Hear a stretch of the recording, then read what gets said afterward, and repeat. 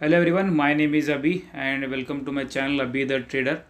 तो आज हम बात करेंगे एक स्विंग ट्रेडिंग स्ट्रैटेजी के ऊपर। ये आप स्विंग ट्रेडिंग के लिए भी यूज़ कर सकते हैं और लॉन्ग टर्म पोर्टफोलियो के लिए भी एक स्टॉक ऐड करने के लिए यूज़ कर सकते हैं। ठीक है, तो हम क्या करेंगे, first of all we will open this trading website. हम ट्रेडिंग वेबसाइट पे जाएंगे और हमने अभी यहाँ पे एक हिंदुस्तान कॉपर का चार्ट ऐड कर लिया है। Okay, the time frame weekly रहेगा, इसका टाइम फ्रेम वीकली रहेगा। तो हम क्या करेंगे, फर्स्ट हम इंडिकेटर्स में जाएंगे और सर्च करेंगे EMA, that is exponential moving average. हम ऐड कर लेंगे यहाँ पे, और ये 9 पीरियड का रहता है। जब भी हम ऐड करेंगे ना, इसका पीरियड 9 रहता है। हम 200 का मूविंग एवरेज यहाँ पे यूज़ करेंगे। ओके, सो थिकनेस में जाके हम थोड़ा थिक कर लेंगे कि हमें आसानी से दिखे चार्ट पे। ठीक है, ऐड कर लेंगे। ओके, तो ये कुछ इस तरह से दिखाई देगा। तो आप देख सकते हैं 200 का जो मूविंग एवरेज है, ये कितना परफेक्टली सपोर्ट एंड रेजिस्टेंस की तरह एक्ट कर रहा है। ओके, जब हम इस पॉइंट पे जाएंगे, यहाँ पे आप देखिए, ओके, इस पॉइंट पे इसने 2 बार एंट्री दी है। राइट, ये देखिए, यहाँ पे इसने एक हैमर जैसा कैंडल बनाया है। जैसे ही ये 200 EMA के ऊपर चला गया, यहाँ पे एक हैमर जैसा कैंडल बनाया है और यहाँ पे हम इजीली एंटर कर सकते हैं। राइट, ओके, और यहीं पे हम देख लेंगे कि जैसे हमने यहाँ पे एंट्री की, इसके नीचे प्रीवियसली हम स्टॉप लॉस प्लेस कर सकते हैं। थोड़ा बड़ा ही स्टॉप लॉस बन रहा है, तो हम क्या करेंगे, वीकली से डेली या 4 आवर 2 आवर में जाएंगे, शिफ्ट होंगे और रिसेंट स्विंग के नीचे हम स्टॉप लॉस प्लेस करेंगे। राइट, और टारगेट हम ले सकते हैं इस तरह से। ये देखिए, अप टू 200% तक इसने रिटर्न दिया है within only 2 months. Right, 63 days. So हम प्रीवियस कैंडल के नीचे भी रखेंगे ना, तो बहुत बड़ा रिस्क रिवॉर्ड हो जाएगा।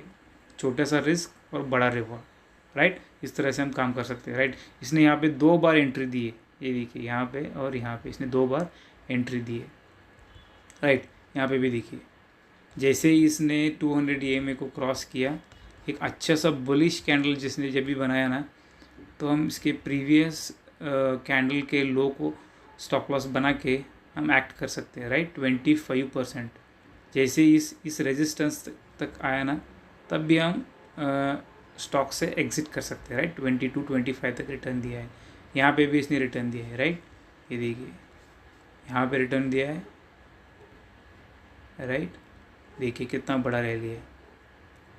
और जब भी 200 EMA तक स्टॉक आता है ना, तो वो उस स्टॉक का एक अच्छा प्राइस रहता है, बाइंग का अच्छा प्राइस। मतलब स्टॉक अपने ओवर वैल्यू से नीचे आके एक अच्छे प्राइस पे हमें एंट्री दे रहा है, ऐसा ऐसा मीनिंग होता है उसका। तो अब जब भी एक अच्छे टाइम के लिए होल्ड करना चाहते हैं स्टॉक, तब हम यहाँ पे एंट्री कर सकते हैं 200 EMA पे। ओके, उस स्टॉक का एक अच्छा एवरेज बाइंग प्राइस रहता है वो 200 EMA, so we can enter there, no problem. Okay, और जब भी 200 EMA का रहता है तो अंडर वैल्यू रहता है, बहुत ही ओवर अंडर वैल्यू रहता है, तो हम एंट्री नहीं लेंगे, क्योंकि उसका जो ट्रेंड रहता है वो डाउन ट्रेंड रहता है इस तरह से। अगर हम यहाँ पे बात करेंगे ना, यहाँ पे भी उसने एक एंट्री दी थी। राइट, यहाँ पे एक एंट्री दी थी एक छोटे से टाइम स्टॉप लॉस के साथ। यहाँ पे एक स्विंग ट्रेड बनता था। Right, 12 to 13%। इस टाइप के हम क्या करेंगे, जब भी एक थोड़ा बहुत तो मूवमेंट देता है 10% 12%, हम अपना स्टॉप लॉस थोड़ा सा ट्रेल कर देंगे। राइट, तो आएगा तो प्रॉफिट आएगा, नहीं तो कॉस्ट टू कॉस्ट, वरना 1 2 3 या 4% में वो एग्जिट हो जाएगा। तो एक छोटा सा स्विंग ट्रेड तो बन ही जाता है यहाँ पे। राइट, तो हम ऐसे स्टॉक ढूंढेंगे कि जो 200 EMA के ऊपर सपोर्ट ले रहा है। राइट, तो हम वीकली टाइम फ्रेम में इसको एक्ट करेंगे। राइट, तो जब भी हम एंट्री लेंगे 200 EMA के ऊपर, हम क्या करेंगे, थोड़ा बहुत फंडामेंटल एनालिसिस भी हम कर सकते हैं। राइट, हिंदुस्तान कॉपर के ऊपर थोड़ा बहुत एनालिसिस करना है। हिंदुस्तान कॉपर पे हम जाएंगे, तो यहाँ पे हम देखेंगे कि इसका क्वार्टरली परफॉर्मेंस कैसा है। राइट, उसके पहले हम थोड़ा पी वैल्यू चेक करेंगे। यहाँ पे देखिए, स्टॉक का पी प्रेजेंटली 84.6 है, राइट, 84.6। लास्ट 1 ईयर का हम जब चेक करेंगे तो एवरेज इसका 1 ईयर का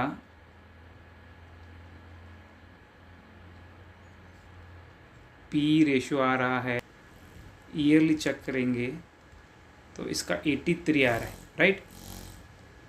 ओके, तो प्रेजेंट ईयर का इसका पी वैल्यू आ रहा है 83.4, मतलब 84 के आसपास, और अभी कितना है 84.6।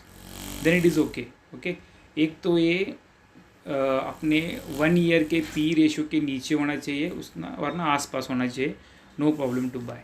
ओके, पी रेशियो का वैल्यू मतलब क्या रहता है कि स्टॉक ओवर वैल्यूड है कि अंडर वैल्यूड है, मतलब ये 84 के समथिंग आसपास है। अगर ये 60-70 होगा तो अपने स्टॉक के प्राइस से नीचे, मतलब अंडर वैल्यूड है, तो इसमें इजीली बाइंग हो सकता है। अगर ये बहुत ही ज़्यादा रहेगा, मतलब 84 है यहाँ पे और 110 है, तो इसका मतलब है स्टॉक का वैल्यू बहुत ही ओवर वैल्यू हो चुका है। ओके, उस टाइम पे हम थोड़ा बहुत कॉशियस होना पड़ता है बाय करने से पहले, right. So this is the thing. Next हम थोड़ा उसके प्रॉफिट एंड लॉस के ऊपर जाएंगे। तो ये कंपनी पिछले कुछ क्वार्टर से अच्छा खासा रिटर्न बना रही है, 120, 121, 107 करोड़, 226 करोड़, 188 करोड़। ओके, तो क्वार्टरल बेसिस पे ये परफॉर्मेंस अच्छा कर रहा है। ईयरली बेसिस पे देखेंगे तो इसका परफॉर्मेंस बहुत ही अच्छा है। देखिए यहाँ पे कंपनी लॉस में थी 242 कोरोना के टाइम पे, राइट।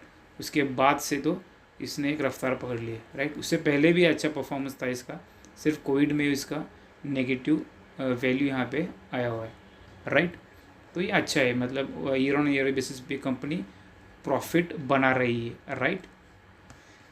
सो इसका हम शेयर होल्डिंग पैटर्न थोड़ा चेक करेंगे। शेयर होल्डिंग पैटर्न कहाँ पे आता है, यहाँ पे नीचे आता है शेयर होल्डिंग पैटर्न। ये देखिए, FIs, DIs, प्रोमोटर्स, ये तीनों बहुत ही इंपॉर्टेंट रहते हैं। इन तीनों में देखा जाए तो FIs और प्रोमोटर्स का बहुत ही बड़ा हाथ रहता है, राइट।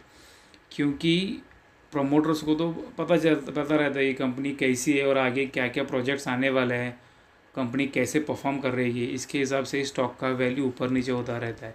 FIs का कैसा रहता है कि उनका एनालिसिस का जो फ्रेम रहता है वो बहुत ही बड़ा रहता है, वाइड रहता है, तो उनको पता चलता है कि पता रहता है कि कंपनी कैसी और कैसे परफॉर्म करने वाली है। हमसे तो अच्छा ही उनका एनालिसिस डेफिनेटली रहता है। ओके, सो इन दोनों का तो बहुत ही बड़ा हाथ रहता है। So we need to check कि वैल्यूज़ कैसे आ रहे हैं इनके, राइट। ओके, तो यहाँ पे देखिए आप प्रोमोटर्स की होल्डिंग तो स्टार्टिंग से ही कंटिन्यूली इन्होंने होल्ड किया है, इन्होंने बेचा नहीं, खरीदा नहीं है। 66.14 बढ़ाया नहीं, कम भी नहीं किया। ओके, अप टू यहाँ तक। तो FIs का देखिए, FIs ने कंटिन्यू यहाँ से बढ़ाया उन्होंने 1.3, 1.4, 1.5, 1.8, 2 point something, 2 point something, 3 point something, 3.22 तक इन्होंने बढ़ाया है, राइट। DIs ने थोड़ा बहुत बेचा है, लेकिन FIs का बहुत इंपॉर्टेंट रहता है, इनका एनालिसिस बहुत ही बढ़िया रहता है। क्योंकि जब तक FIs जैसे बड़े प्लेयर्स नहीं घुसेंगे, स्टॉक की वैल्यू रैपिडली ग्रो नहीं हुई। तो नेक्स्ट एग्जांपल है steel authority of India, right.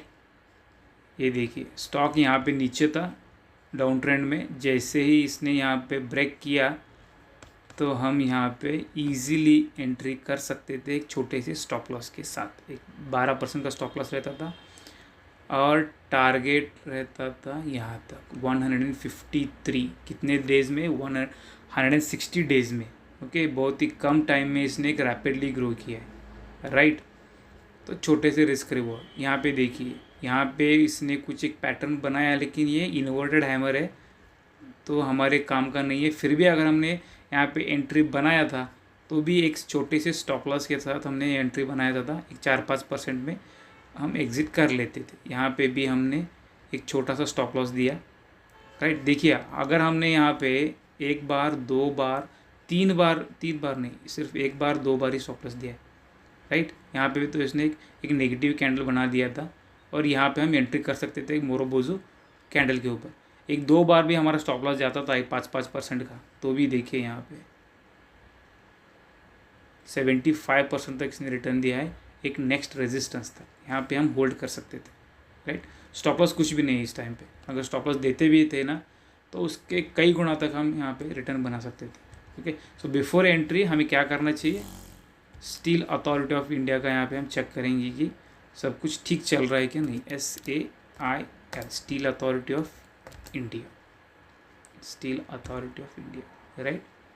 क्या करेंगे हम, पी वैल्यू चेक करेंगे फॉर द लास्ट 1 ईयर। यहाँ पे पी वैल्यू, राइट, अभी कितना है इसका 14.1, यहाँ पे देखो 10.9 है इसका, I mean 11 है, वहाँ पे 14 है, तो थोड़ा बहुत चलता है क्योंकि ये अच्छे एक हाई वॉल्यूम, मतलब हाई मार्केट कैप के साथ आते हैं, हाई मार्केट कैप के साथ आते हैं, तो थोड़ा बहुत ऊपर नीचे चलता है। बहुत ज़्यादा और बहुत ज़्यादा कम रहेंगे ना, बहुत ज़्यादा ओवर वैल्यूड रहेंगे तो हमें थोड़ा बहुत सोचना पड़ता है। सो नेक्स्ट हम FIIs और DIIs चेक करेंगे। देखिए FIIs ने यहाँ पे बेचा है थोड़ा बहुत, 4.34, 3.18, 3.01, थोड़ा सा बेचा है यहाँ पे, बहुत ज़्यादा नहीं है। होल्डिंग्स थोड़ी सी हल्की की है।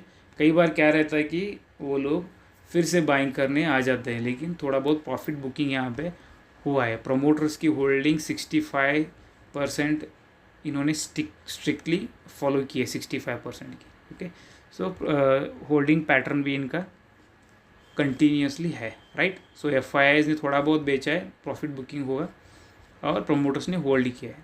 So it is not bad to buy this, okay, like this. So हम नेक्स्ट एक एग्जांपल देखेंगे। सो हम नेक्स्ट एग्जांपल देखेंगे, दिस वन। स्टॉक का नाम है मोरपेन लैब। ओके, देखिए यहाँ पे,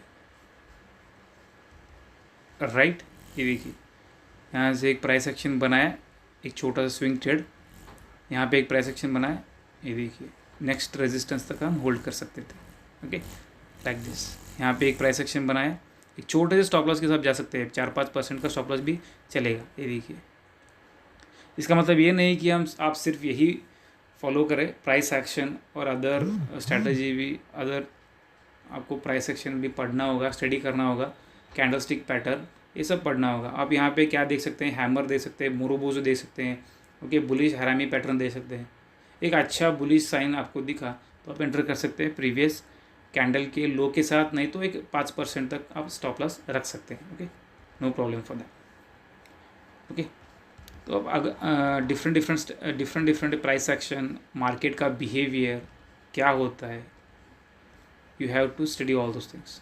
ओके, आपको ये सब पढ़ना पड़ेगा, आपको सीखना पड़ेगा, तभी आप एक लॉन्ग टर्म के लिए आप मार्केट में रह सकते हैं, सर्वाइव कर सकते हैं।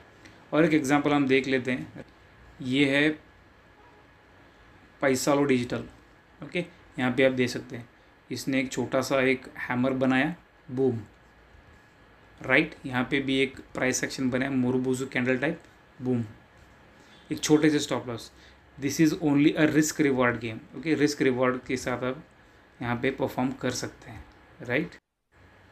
ओके, तो ऐसे ही प्राइस एक्शन सीखिए, राइट, मार्केट के बारे में नॉलेज लीजिए, एक अच्छा करियर बनता है इक्विटी में। ऑप्शंस के पीछे मत भागिए, खामखा अपने पैसों को आप रिस्क पे डाल रहे हैं ऑप्शंस में।